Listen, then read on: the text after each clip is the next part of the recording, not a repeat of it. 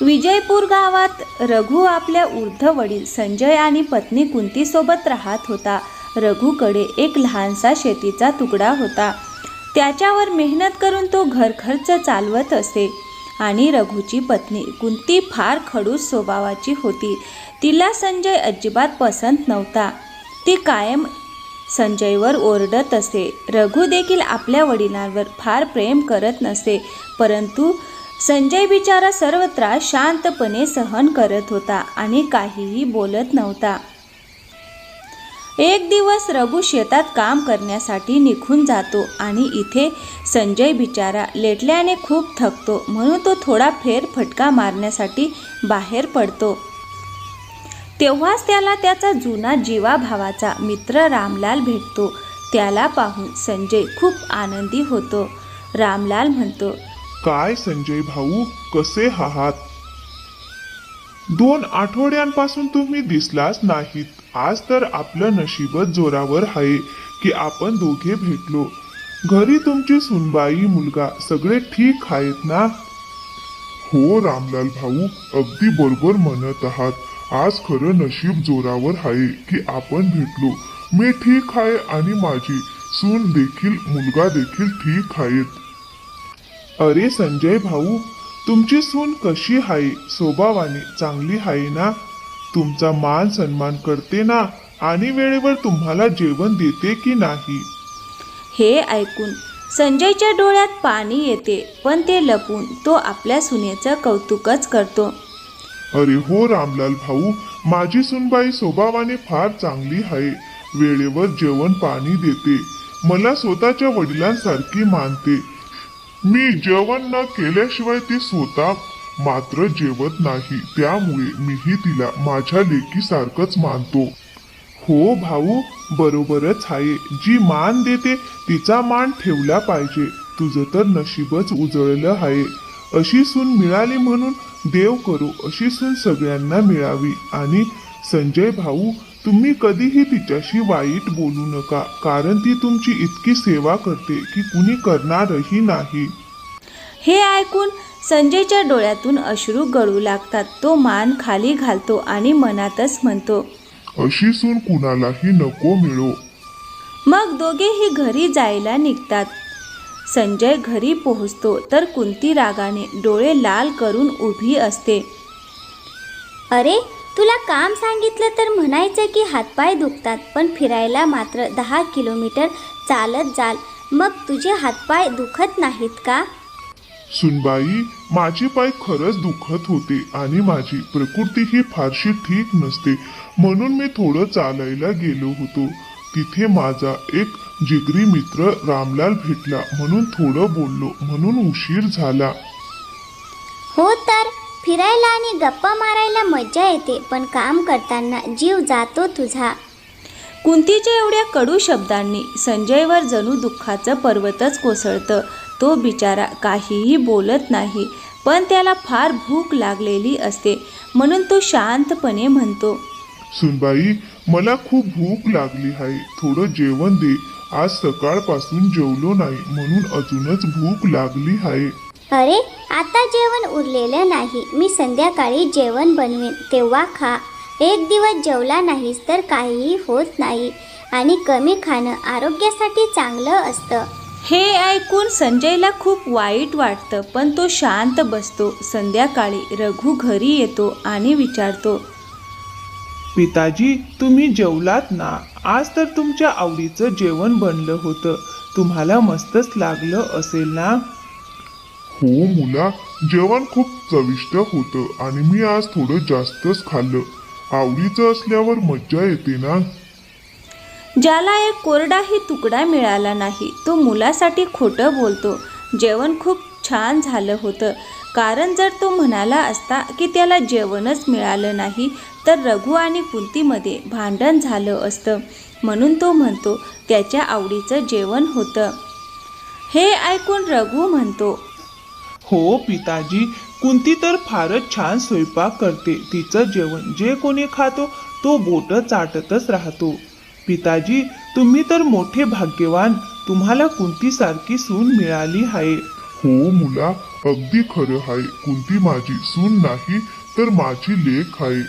अरे हो मुला, आता माझ्या डोक्यात थोडा त्रास होतोय. तिकडच्या कपाटातून माझी औषधं दे, मी खाऊन घेतो. अहो पिताजी, दिसत नाही का मी दिवसभर शेतात कष्ट केलं आहे. 1 मिनिट बसलो नाही आणि तुम्ही लगेच मला काम सांगता. अरे थोडाच अंतर आहे, उठा आणि स्वतःचं औषध काढा. आता मी जातो आराम करायला, मला खूप थकवा जाणवतोय. ठीक आहे मुला, तू जा आणि आराम कर आणि मला माफ कर. चुकी झाली माझ्याकडून. मी तुला औषध काढून दे म्हणालो म्हणून. रघु रागाने पाय आपटत निघून जातो आणि पत्नी कुंतीकडे येतो. अगं कुंती, काय झालं? तू अशी शांत आणि उदास का बसली आहेस? तब्येत तर तुझी ठीक आहे ना?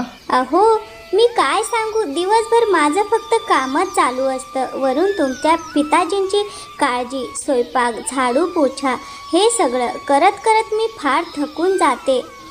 आज तर हात पायही दुखत आहेत म्हणून शांतपणे बसून तुझी वाट पाहत होते. पण तुमचे पिताजी आपल्या दोघांनाही काही दया दाखवत नाहीत. दिवसभर खाणं आणि झोपणं हेच. आज तर न जाणो किती दूर फिरून आले आहेत. अरे, एवढं फिरायला शक्ती असते तर थोडंफार घर कामच केलं असतं तर बरं झालं असतं ना. अगं कुंती, काही हरकत नाही. मला देखील त्यांच्यावर कधी कधी खूप राग येतो. तू थोडंसं काम कमी केलंस तरी चालेल. मी काही बोलतच नाही, कारण ते तुमचे पिताजी आहेत म्हणून मी त्यांचा आदर करते. ठीक आहे, तुला भूक लागली असेल ना, मी तुझ्यासाठी जेवण वाढते, खाऊन घे लवकर. अगं कुंती, मी जेवतोच आणि मी तितका थकलो नाही आहे जितकं तू समजतेस. तू माझ्यापेक्षा कितीतरी जास्त काम करतेस आणि खूप थकली आहेस. तू इथेच लेट.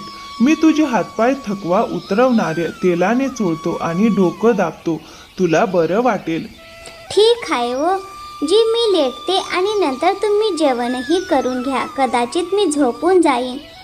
त्यांच्या खोलीतले हे सगळे संवाद संजय आपल्या खोलीतून ऐकत असतो. त्याच्या मनाला फार वेदना होतात. तो स्वतःशीच म्हणतो, हे देवा, मला कसा मुलगा दिलास? पत्नीच्या प्रेमात एवढा बुडालाय की माझी तर आठवणही राहत नाही. मी औषध काढून दे म्हणालो तर म्हणतो मी खूप थकलो आहे आणि तिथे मात्र बायकोचे पाय दाबत आहे. नाही जगूशी वाटत. या जीवनात फार त्रास झाला आहे.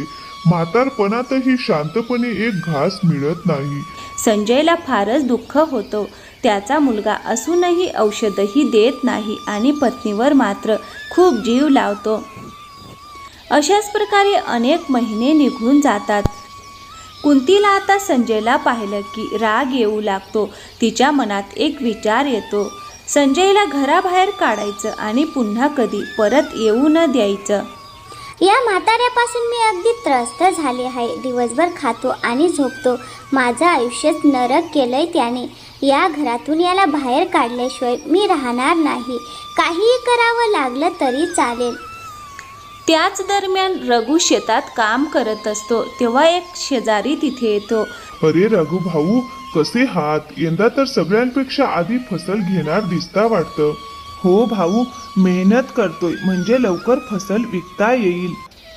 पत्नीला दागिने घेता येतील आणि घर खर्चही नीट चालेल.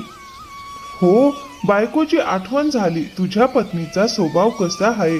तुझी काळजी घेते आणि तुझ्या पिताजींचीही नीट सेवा करणारी आहे ना? अरे भाऊ, माझ्या बायकोचा स्वभाव कसा सांगू? माझी पत्नी एवढं काम करते की गावातल्या कोणत्याही बाईपेक्षा जास्तच करते. माझे पिताजी तर मोठे नशीबवान आहेत की त्यांना कुंतीसारखी सुनबाई मिळाली आहे. ती त्यांना वेळेवर जेवण, पाणी, औषध सगळ्यांची काळजी घेते. कधी त्यांना डोकेदुखी झाली तर डोकंही दाबते. अरे वा, मग चांगलं, मग उत्तम आहे. पिताजींची सेवा करणारी पत्नी मिळाली हेच मोठं भाग्य. मग सायंकाळी रघु घरी येतो तेव्हा कुंती म्हणते. संध्याकाळी जेव्हा रघु घरी परत येतो तेव्हा कुंती म्हणते, अहो बघा ना, आता मला पैंजण घेऊन द्या. गेल्या वर्षीच सांगितलं होतं तुम्ही, पण या वर्षी तरी घेऊन द्या. मी तुमच्यावर काही खर्चही करत नाही. एवढं तरी करा माझ्यासाठी. कुंती, मी तुला पैंजण आजच घेऊन दिली असते, पण मजबुरी अशी की अजून काही घेऊ शकत नाही, कारण माझ्याकडे पैसेच नाहीत. कसं तरी घर चालवतोय. फसल चांगली आली की विकून तुला पैंजण नक्की घेऊन देईन. अहो, पैशांची एवढी चिंता कशाला करता? तुम्हाला बहुतेक माहिती नाही की तुमच्या पिताजींकडे किती पैसे आहेत. मी एकदा पाहिलं होतं, त्यांच्याकडे खूप पैसे आहेत आणि ते कुणालाही द्यायचे नाहीत, म्हणूनच ते पैसे त्यांनी लपवून ठेवले आहेत. पण कुंती, मी आजपर्यंत त्यांना एकही पैसा दिला नाही. मग मी त्यांना काय सांगू की ते मला पैसे देतील? आणि मला यावरही विश्वास नाही की त्यांच्याकडे पैसे असतील. अहो, तुम्हाला विश्वास असो वा नसो, पण मी म्हणते ना, म्हणजे त्यांच्याकडे पैसे नक्कीच आहेत. अरे, मी स्वतः माझ्या डोळ्यांनी त्यांना पैसे मोजताना पाहिले आहे. आणि पैशांच्या मागणीची गोष्ट आली तर तुम्ही असे सांगा की माझी तब्येत खूपच बिघडली आहे. मी डॉक्टरला देखील दाखवले आहे, पण डॉक्टर म्हणाले की आधी पैसे जमा करा, मग मी तुमचे उपचार करतो. तेवढे सांगितले की ते नक्कीच पैसे देतील, कारण एक बाप आपल्या मुलाला त्रासात पाहू शकत नाही. ठीक आहे कुंती, मी तुझ्या बोलण्यावर विश्वास ठेवतो आणि एकदा प्रयत्न करून पाहतो. जर पिताजींनी पैसे दिले तर मग आपली तर मौजच मौज. मी तर तुला छानसं पैंजण खरेदी करून देईन. पत्नीच्या बोलण्यावर विश्वास ठेवून रघु आपल्या पिताजींकडे जातो आणि उदास होऊन म्हणतो, अहो पिताजी, आता काय होणार? मी खूप चिंतेत आहे.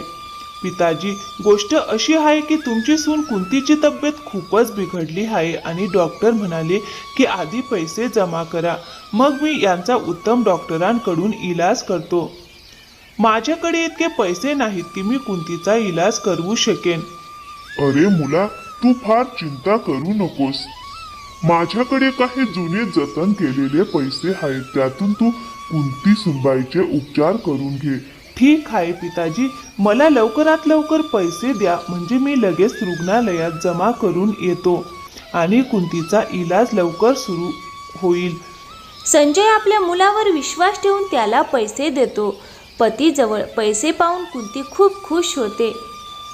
पहाजी, आता तुमच्या पिताजींची तब्येत सतत बिघडत चालली आहे आणि नक्की हे कधी आपल्याला सोडून जातील हे सांगता येत नाही.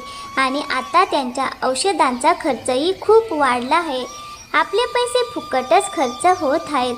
आता असे काही करा की तुमचे पिताजी या घरातून निघून जातील. हो, तू अगदी बरोबर बोलतेस. आपले पैसे फुकटच खर्च होत आहेत, पण जर मी पिताजींना तसंच घराबाहेर हाकलले तर गावातील लोक पाहतील आणि लोकांच्या नजरा माझ्यावरच जातील की मुलाने वडिलांना घरातून बाहेर काढले, आणि मी मुलगा म्हणून तसे करूही शकत नाही. पण जर पिताजींसाठी औषधे आणत राहिलो तर आपण अगदी कंगाल होऊ. हो, तेही अगदी खरं आहे, पण माझ्या मनात एक उपाय आहे ज्याने कोणालाही काहीही कळणार नाही आणि तुमचे पिताजीही घरातून निघून जातील. उपाय असा आहे की 10, 15 किंवा 20 रुपये खर्च होतील आणि त्या पैशात तुमचे पिताजी घर सोडून जातील. काय उपाय आहे असा की एवढ्या कमी पैशात पिताजी घराबाहेर जातील? मला तो उपाय लवकर सांग. कदाचित आपल्या दोघांसाठी तो चांगला ठरेल. बघा, तुम्ही आजच बाजारात जा आणि काही पैशांची अशी औषधं आणा जी औषधं माणसाला फक्त बेशुद्ध करते, मारत नाही. ती औषधं मी त्यांच्या जेवणात मिसळेन आणि जेव्हा तुमचे पिताजी ते जेवण खातील तेव्हा ते बेशुद्ध पडतील आणि मग तुम्ही त्यांना रात्री कुठेही टाकून या, जसे की जंगलात. मग आपण दोघेच या घरात नीटपणे राहू. हो, कुंतीचा उपाय तर अगदी बरोबर आहे. मी आताच जातो आणि काही पैशांची औषधं घेऊन येतो आणि तू सांगतेस तसंच करूया. संध्याकाळी कुंती जेवणात औषधं मिसळून जेवण बनवते आणि संजयच्या आवडीचे पदार्थ करते. संजयच्या खाटेजवळ जेवण ठेवून कुंती म्हणते, पिताजी, आज मी तुमच्या आवडीचे जेवण बनवले आहे. लवकर हे जेवण खाऊन टाका, नाहीतर थंड होईल. आपल्या आवडीचे जेवण पाहून संजयला शंका येते की आज असे काय झाले की त्याच्या आवडीचे जेवण बनवले आहे, आणि तो स्वतःशीच म्हणतो, अरे काहीतरी गडबड आहे, कारण आजवर माझ्या आवडीचे जेवण कधीच बनवले नाही. आज अचानक कसे काय बनवले? मग संजय स्वतःशीच म्हणतो, अरे सोड हे सगळं विचार करणं आणि हे जेवण शांतपणे खाऊन टाक. जरी यात विष असले तरी, कारण माझी सून आणि मुलगा माझ्यापासून कंटाळले आहेत. मला मारले तरी चालेल. काय पिताजी, इतका विचार का करता? लवकर जेवण जेवा. जेवण थंड होत आहे. मग काही वेळात संजय बेशुद्ध पडतो. तेव्हा कुंती रघुला म्हणते, अहो बघाजी, आता तर हे बेशुद्ध झाले. यांना काहीच आठवणार नाही, किंवा कदाचित एखादा प्राणी यांना घेऊन जाईल. नंतर आपण दोघे सुखात राहूया. ठीक आहे कुंती, तू सांगतेस तसंच करतो. मी त्यांना गावापासून दूर असलेल्या जंगलात टाकून येतो. मग रघु आपल्या पिताजींना जंगलात टाकून घरी परततो. काही वेळाने संजयला शुद्ध येते आणि मग तो म्हणतो, अरे मला आधीच शंका आली होती की आज माझ्यासोबत काहीतरी अनर्थ होणारच आहे.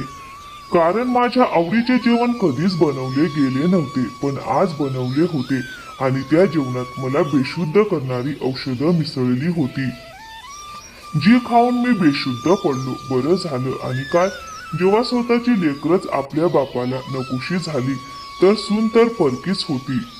हे देवा, तू मला अशी लेकरं का दिलीस जी मला मारायलाच इच्छितात? यापेक्षा मी निसंतानच राहिलो असतो तर बरे झाले असते.